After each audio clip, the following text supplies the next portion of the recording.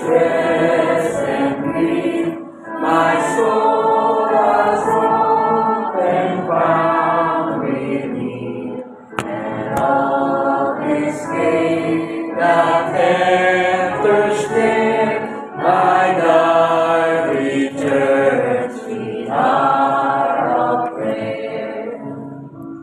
Sweet hour of prayer, sweet hour of prayer, the joys I feel, the bliss I share, of those whose hands His Spirit burn, with strong desires for Thy return.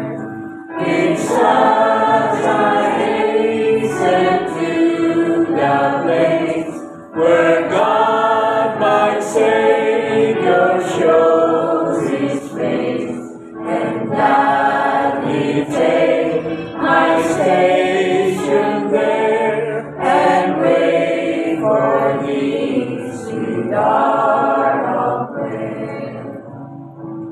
Sweet hour of prayer, sweet hour of prayer, that we shall not invitation bear, to Him whose truth and faithfulness engage the waiting soul to bless, and since He makes me see His face, believe His word and trust His grace, I cast on Him my every care, and wait for His sweet hour of prayer.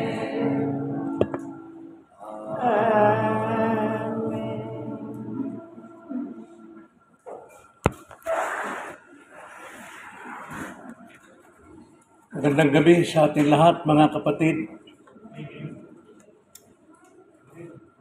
Anong lihim ng tunay na tagumpay? Ano ang lihim ng tunay na tagumpay? Ang sagot po ay pagtitiis. Pagtitiis.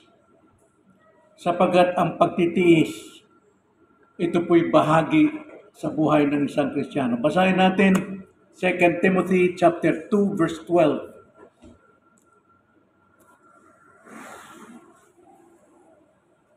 2 Timothy chapter 2 verse 12. Ganito ang sabi.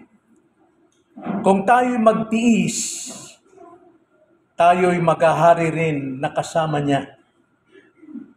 Kung tayo'y magkaila sa Kanya, siya rin ay magkakaila sa atin. So ang pagtitiis para kay Kristo ay hindi kabiguan. Kung tayo nagtitiis alang-alang kay Kristo, kundi ito'y paghahanda para sa paghahari din natin. So ang tunay na tagumpay ay dumadaan sa mga pagdurusa, sa mga paghihirap at pagtitiis. Kaya ito po ang ating paksa ngayong gabi, magtiis upang maghari. Magtiis upang maghari. Tayo manalangin.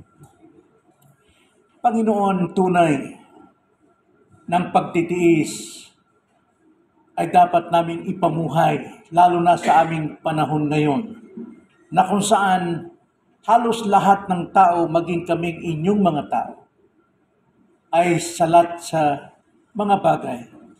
Kulang, hindi sapat. Mayroon pong mga problema, may mga kabigatan na tila nakikita namin walang katapusan. Ngunit salamat po sapagkat isa sa mga bunga ng Espiritu ay ang pagtitiis.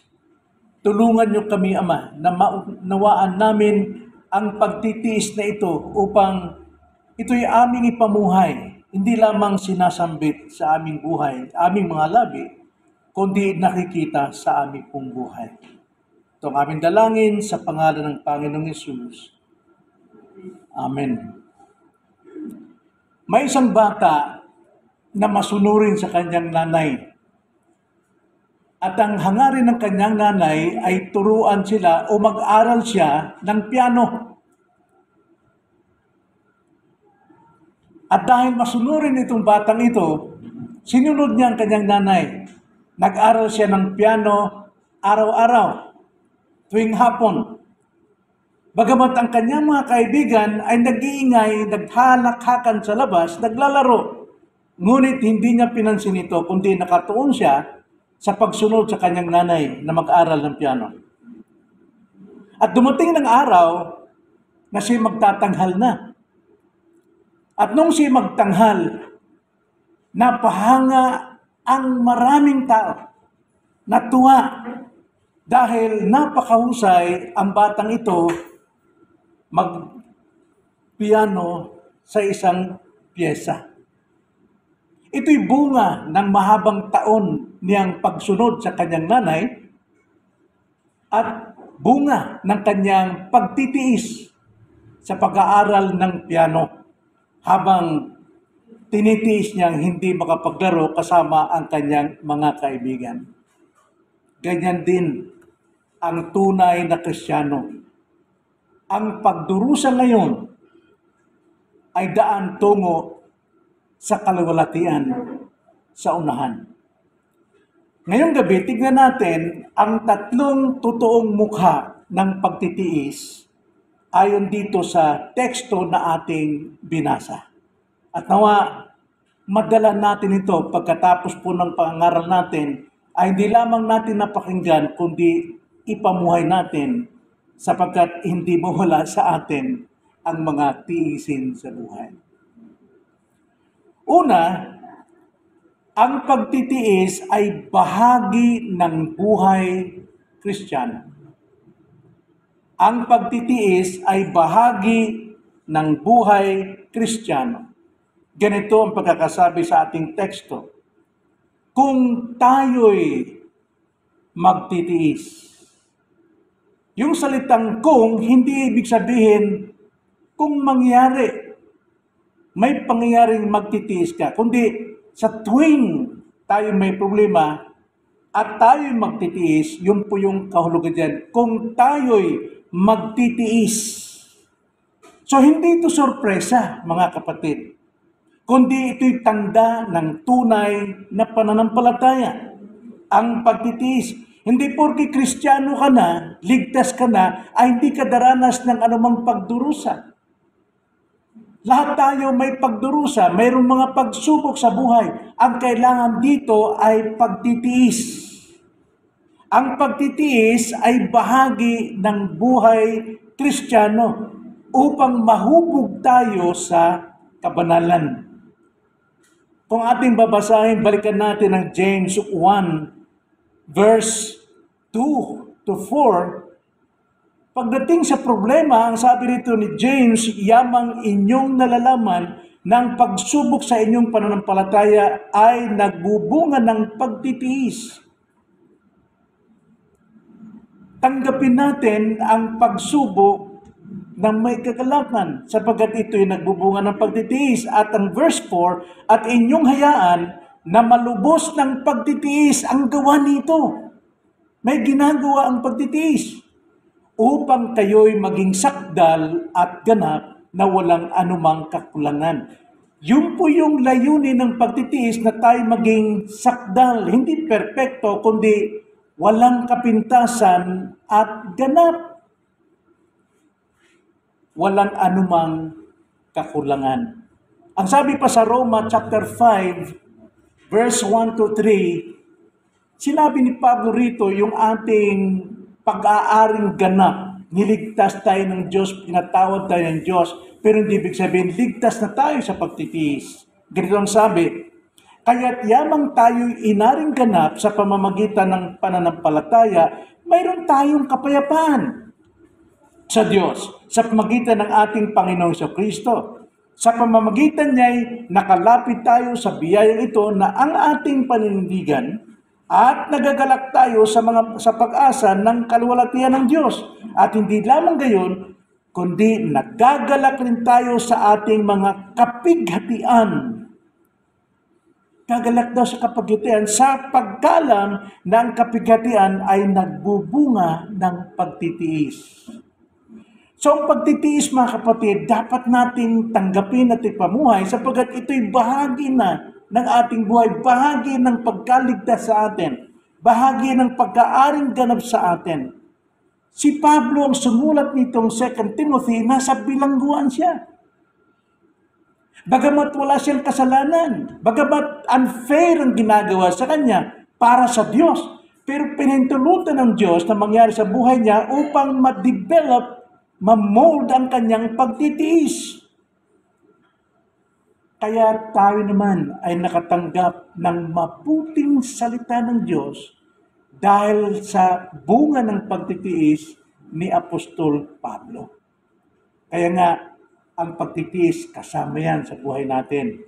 Huwag nating talikuran yan. Ikalawa, ang pagtitiis ay bahagi ng buhay Kristiyano. Ngayon naman, ikalawa, ang pagtitiis ay may pangakong kaluwalhatian.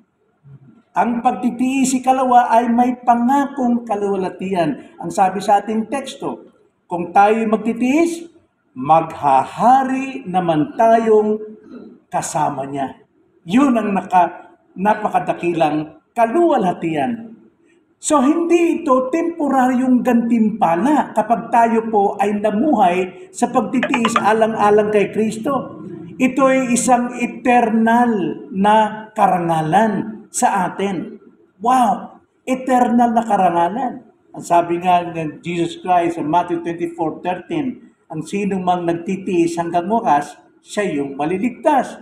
So, karangalan po ang pagtitiis. Hindi ito pangsanlibutan ng kasiyahan. Kapag ikay nagkaroon ng magandang bagay sa sanlibot na siyahan ka, hindi ka na marunong magtiis kapag ikay nawalan. O di kaya konting pagtitiis, darating na. Ang pagtitiis dito ay kakambal ng buhay natin. Ito'y hindi makalaman na ginawa para sa atin. Hindi naghahangad ng makalamang ginawa. Ang paghahari, sinasabi rito, ay hindi para sa mga tumatakas sa pagtitiis. Kundi ang paghahari ay para sa mga tumatapos sa pagtitiis. So yun ang ating nakita. Una, ang pagtitiis ay bahagi ng buhay Kristiyano. Ikalawa, ang pagtitiis may pangakong kaluwalhatian. Ikatlo naman, ang pagtitiis ay pagkapit kay Kristo. Yun ang totoo. Nakakapagtitiis tayo, we persevere unto the end dahil tayo'y nakakapit kay Kristo o sa katotohanan, tayo ang kinakapitan ni Jesucristo. Kasi sa perseverance of the saints, nakakapag-persevere tayo dahil nagpipreserve sa atin na yung Diyos. Basahin natin muli ang ating teksto. Kung tayo magtitiis, maghahari naman tayong kasama niya. Kung ating ikakaila siya, ikakaila rin niya tayo. So, kailangan dito ang pagkapit, ang pananatili, ang pag-persevere kay Kristo. Sapagkat ang pagtanggi kay Kristo ay may mabigat na bunga. Tulad na lamang, halimbawa, nakabitin ka sa isang bangin. At ang sabi ng tutulong sa iyo, magtiis ka, aabutin kita. Pero kung hindi ka makapagtiis, saan ka pupunta? Tiyak na mapapahamak ka. Kaya sabi rito, kung tayo'y magkaila sa Kanya, ikakaila din niya tayo. So, hindi sapat dito ang pangalang Kristiyano lang. Hindi sapat dito ang maging miyembro lang.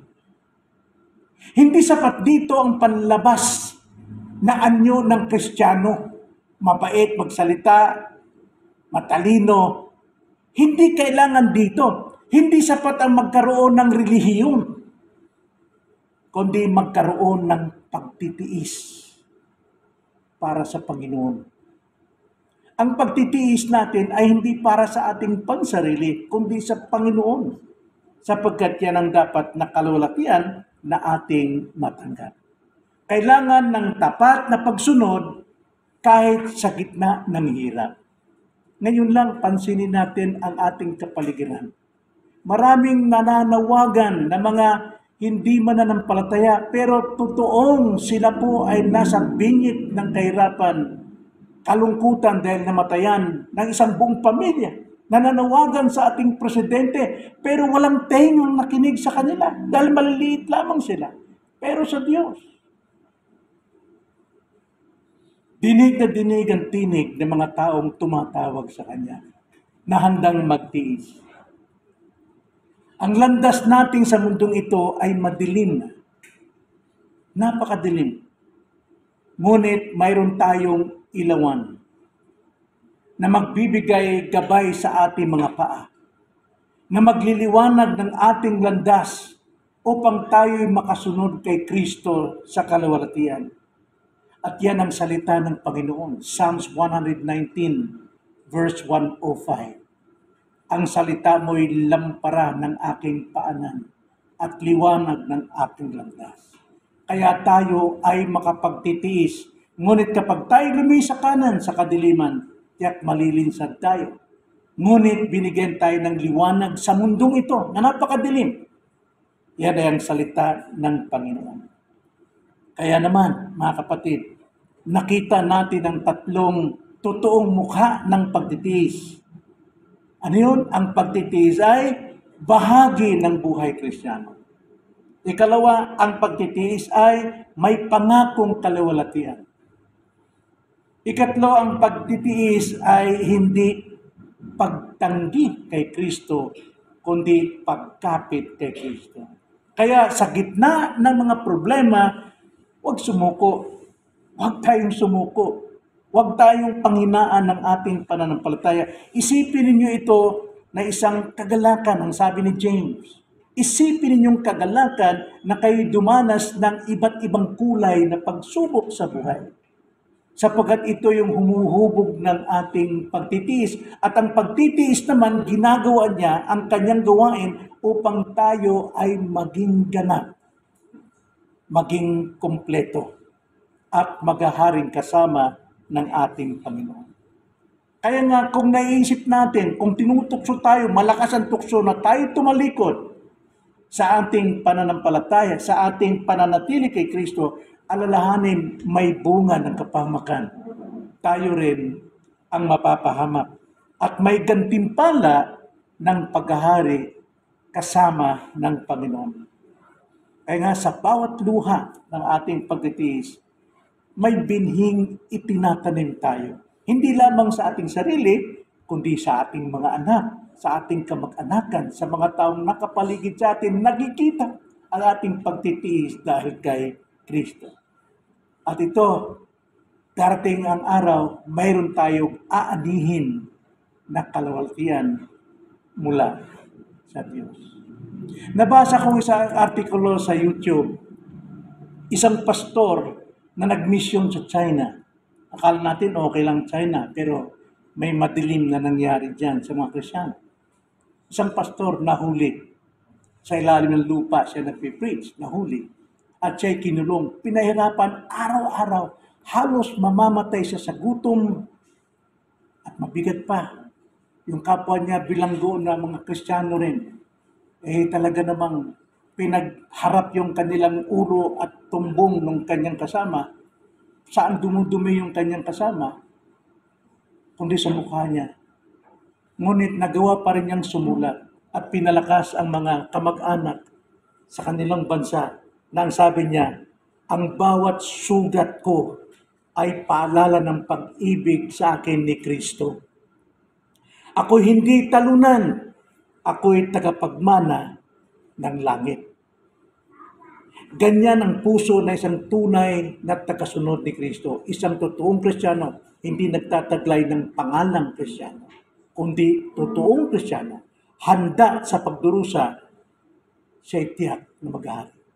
Kaya nga, sa ating pong paksa, magtiis upang maghari. Tayo manalangin. Panginoon, nagpapasalamat kami sa iyo po mga salita. Patuloy niyo kaming pinaalalahanan. Tunay, Panginoon, nandyan na po kami sa labi po ng pagsuko dahil sa kahirapan ng buhay. Apektado kaming mananampalataya ninyo. Kami po ay sinisiraan na wala kaming pag-asa tulad lamang nila. Ngunit Panginoon, ito isang pagsubok sa amin dapat naming pagtiisan hanggang wakas. Sapagkat hindi sa aming sariling lakas kami nagtitiis, kundi dahil sa iyong biyayang humahawak sa amin na hindi nyo kami iiwan kailanman. Kaya Panginoon, simula ngayon, ipamuhay namin ang pagtitiis, anumang pong mukha ng kahirapan ang maaring dumating sa amin every morning, sapagkat nalalaman namin na kasama kayong gumagawa sa lahat ng bagay sa ikatitibay, kabubuti ng mga nagmamahal sa inyo na inyong unang minahal. Maraming salamat po. Ito aming dalangin sa pangalan ng Panginoon Hesus. Amen.